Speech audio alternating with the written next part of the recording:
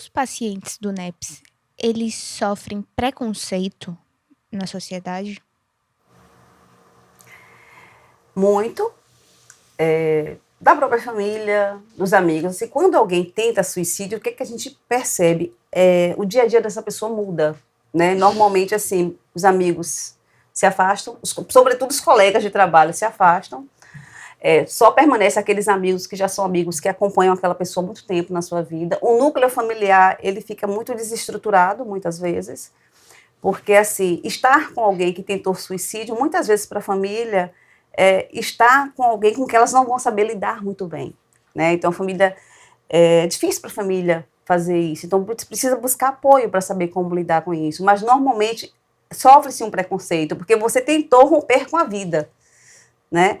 E a depender da religiosidade, da prática religiosa que essa família tem, isso pode ser muito mais complexo, porque se acredita que quem tenta suicídio vai para o inferno, que essa pessoa não tem fé, como o Cíntia falou da questão do mito. Então, essa pessoa sofre preconceito da sociedade geral, do profissional de saúde, Sim, que vai fazer essa acolhida na emergência, como o Cíntia falou. Quando o estigma, na verdade, é relacionado à morte, né? A gente fala muito pouco sobre a morte, sobre o morrer.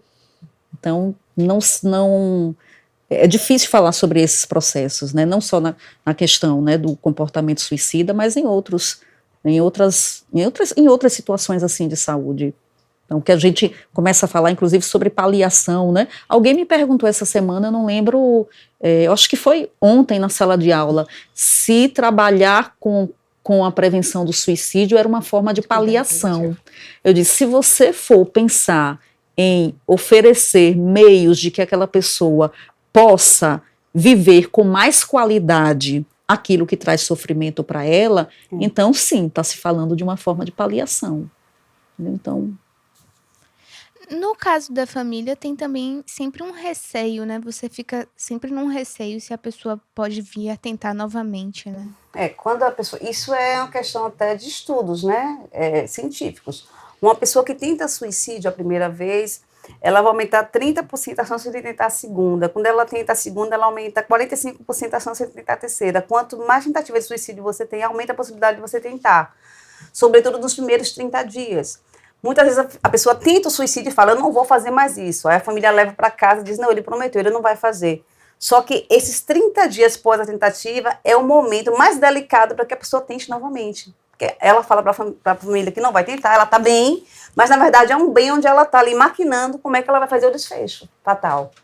Então a gente precisa estar muito atento. A pessoa que recebe alta hospitalar, de hospital geral, a pessoa que recebe alta de serviço de saúde mental. Esses primeiros 30 dias, eles são vitais. A tentativa de suicídio é um dos fatores de risco maior para uma tentativa de suicídio. Eu gostei de uma coisa que vocês colocaram aí no vídeo, que foi a escuta. Gostei de várias coisas, inclusive, mas uma que me chamou bastante atenção foi essa escuta atenta e interessada. Isso. Porque muitas vezes a gente vê um discurso de que precisa de uma escuta qualificada. Que tipo de qualificação é essa? Né, quando está se falando em questões que são muito humanas. Então, assim, claro que a gente já tem, né, uma política que fala sobre a questão da humanização, precisou ter uma política para que as pessoas, de fato, se humanizassem, mas o interesse termina sendo o gancho principal. Eu preciso ter interesse em ouvir, em escutar. Porque às vezes a gente escuta, mas a gente não está interessado. A gente precisa ter um interesse até para poder fazer alguma coisa. Exatamente. E um dado importante que você trouxe, também parabenizo, porque foi muito sensível a forma como vocês trouxeram na matéria, que assim, 1 milhão de suicídios por ano. Só que a gente tem entre 15 a 45 milhões de tentativas de suicídio por ano. Tá? E assim, tem países que esses dados, eles são dados subnotificados. Tem países que você não pode notificar, né? Sobretudo alguns países islâmicos. Então, esse dado aí, ele na verdade é um dado que ele não é fidedigno, é muito mais do que isso.